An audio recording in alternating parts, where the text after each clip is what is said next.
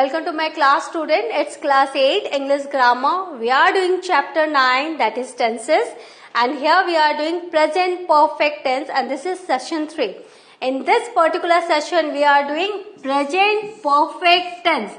I have done this. Present perfect tense, the action that has finished right now. थोड़ी देर पहले वो finished हुआ है, तो that is finish, but that is not a past tense, that is present perfect tense. तो I have finished my act. तो here we will go through this.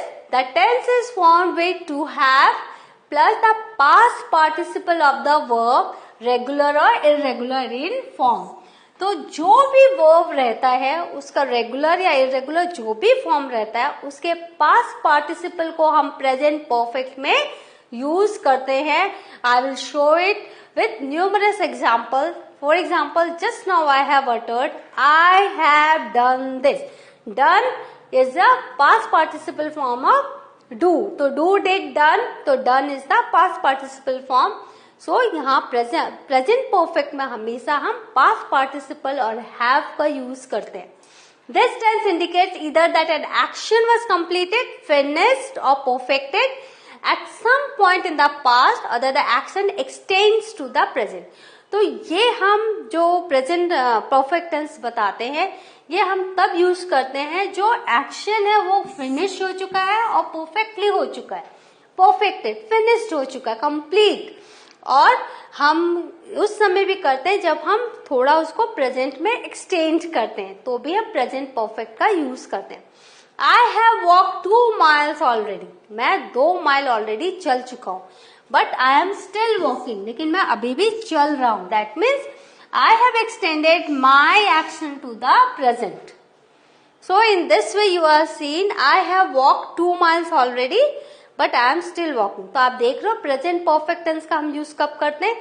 जब एक्शन कंप्लीट हो चुका है थोड़ी देर पहले in the past, but we are writing it in I have completed this. या फिर कोई एक्शन हम प्रेजेंट में उसको ला रहे, एक्सटेंड कर रहे हैं. Now formation of the past participle. अब पास्ट पार्टिसिपल बनता कैसे वो आपको बहुत जरूरी है जानना, क्योंकि प्रेजेंट परफेक्ट में हमेशा आप पास्ट पार्टिसिपल का ही उपयोग करते हो. The past participle of regular verb, base plus ED. Example, play ED, arrive ED, look ED. जो रेगुलर वर्ब है जिसके फॉर्म चेंज नहीं होता हम उनको ईडी सिर्फ लगाते हैं. तो play, played, played, arrive, arrived, arrived, look, looked, looked. तो हमने देखा सिर्फ ईडी लगाया. If a verb of one syllable ends consonant, vowel, consonant, double the final consonant and add ED. अगर आपको कोई एक ऐसा वर्ड मिलता है जहां कॉन्सोनेंट है, उसके बाद आपका वोवेल है और एंड विथ कॉन्सोनेंट, तो आप जो लास्ट का जो कॉन्सोनेंट है उसको आप डबल करके ईडी लगाते हो.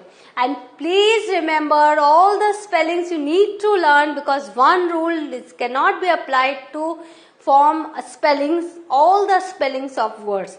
सो प्लीज लर्न द स्पेलिंग्स.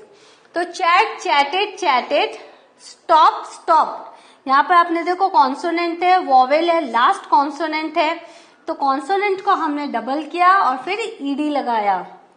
तो this is your one rule. This is the regular and this is your second rule and this is your first. Now comes to the third rule. If the final consonant is W, X और Y. अगर W, X और Y है तो उसको double आपको नहीं करना है. एस सी डब्ल्यू, सी है तो सिर्फ ईडी लगाना है आपको. See you, suit, right. If last label of a longer verb is stressed and ends consonant, vowel, consonant, double the last consonant and add ed. अब देखो यहाँ incure, यहाँ पे लास्ट आपने क्या किया?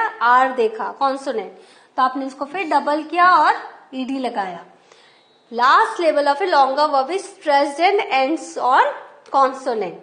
और यहाँ पे देखो आप कॉन्सोनेंट और यहाँ पे vowel and last is consonant. तो इस तरह से आपको फिर डबल करके ईडी लगाना है. Now number 5, if the first syllable of a longer verb is stressed and the verb ends consonants vowel consonant just add ED, जैसे ओपन ओपन, यहाँ पे आपने देखा ये कॉन्सोनेंट में यहाँ पर और यहाँ वॉवेल है, तो आपको सिंपल सा ईडी लगाना है। ओपन, जैसे यहाँ एंटर आपने देखा एंटर्ड, स्वेलो देखा स्वेलोड, राइट। यहाँ पर आपने देखा सिर्फ ईडी लगाना है, स्वेलो पूरा है, यहाँ पर हमने सिर्फ ईडी लगाया है। First syllable is stressed, swear, an, open, right. Now if the verb ends E, just add D. अगर आपका जो वर्ब है ई में एंड्स हो रहा है तो डी सिर्फ लगाना है, जैसे थ्राइव, तो ये हो जाएगा आपका थ्राइव्ड। गजल, तो ये हो जाएगा गजल्ड। सिर्फ ई में अगर खत्म हो रहा है तो सिर्फ डी लगाना है आपको। This is your 6th rule. Now 7th, if the verb ends consonant plus y, change the y to an I and add ed। जैसे cry है तो IED, CRY, cry है तो CRIED, fry है तो FRIED। मैं बार बार कह रही हूँ, आप लोगों को स्पेलिंग्स लर्न भी करने हैं, एक ही रूल आप हर जगह नहीं लगा सकते। If it's an irregular verb, अब देखो अभी तक आपने रेगुलर वर्ब देखा जिसमें ईडी लगता है और उसके आपने 7 रूल्स देखे, लेकिन अगर इरेगुलर वर्ब है जिसका पूरा ही फॉर्म चेंज होता है तो यहाँ पर आप कैसे करेंगे? जैसे अराइज, तो past participle is arisen, arise, arose, arisen. Catch, caught, caught. Choose, chose, chosen. तो अब पास्ट पार्टिसिपल आप देख रहे हो बिल्कुल ही डिफरेंट है, ये आपको लर्न करना है। And there is a list of this. Now how to use special verbs in present perfect. Now be as a main verb, अगर be as a main verb रहा तो आई, यू एंड प्लूरल के साथ हम have been लगाएंगे। I, you and I have, you have, they have, we have, plural. अगर third person singular है, he, she, it और कोई भी नाम है तो हम उसमें हैज लगाएंगे, right. He has, she has, it has और Aradhana has. Now affirmative sentence कैसे बनाएंगे? I have been to America, she has been to India. तो इस तरह से हमने क्या, नेगेटिव कैसे बनाएंगे? हम लोग जो हैज और हैव है उसके साथ नॉट लगा देंगे। Anurag has not been to America, सिर्फ not. We have not been to Japan. Now interrogative, जो ऑक्सिलरी है बी है उसको हम फर्स्ट में लाएंगे। Has he been to Britain, have they been to Britain. फिर इंट्रोगेटिव नेगेटिव कैसे बनाएंगे? Hasn't, has not he been to Britain. Now अगर do as a main verb है, आई, यू एंड प्लूरल के साथ हैव, ही, शी, इट के साथ has. Affirmative, I have done an exercise, this is the third form past participle. Negative, he has not done. Interrogative, have they done, right. तो इस तरह से हमने इसको डू के साथ बनाया। अगर have as a main verb है तो I have had a book, have, had, had past participle. I have not had a book. Interrogative में हैव दे हैड बुक्स और interrogative negatives haven't they. I haven't had dinner, haven't I had dinner. तो ये आपके question mark हो जाएगा। Haven't I had dinner, ये H जो होगा आपका कैपिटल हो जाएगा। तो this will B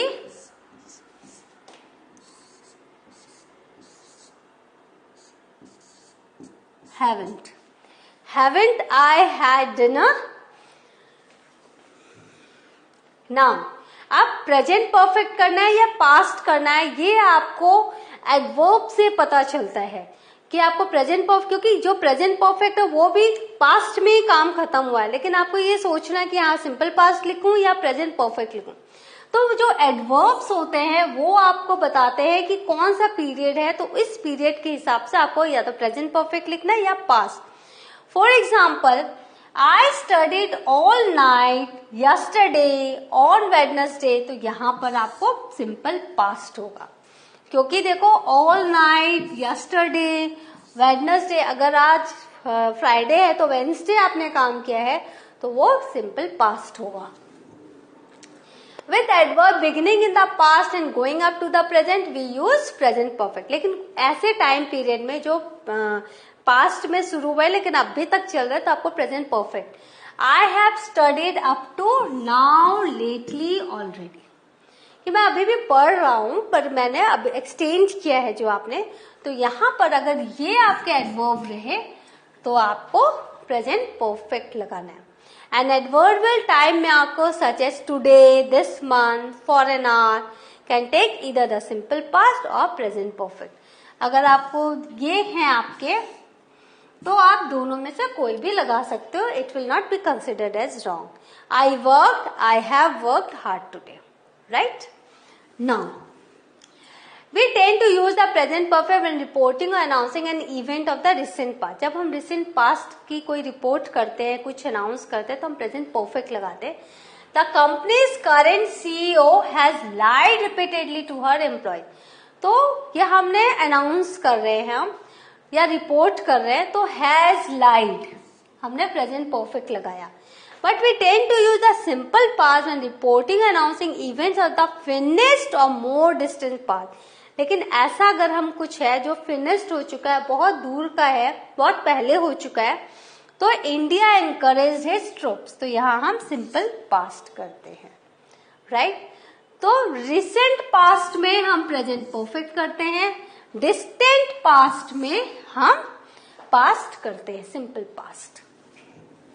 now the present perfect is used to describe. तो क्यों हम प्रेजेंट परफेक्ट करते हैं? Describe action started in the past and continuing in the present. They haven't lived here for years. She has worked in the banks for 5 years.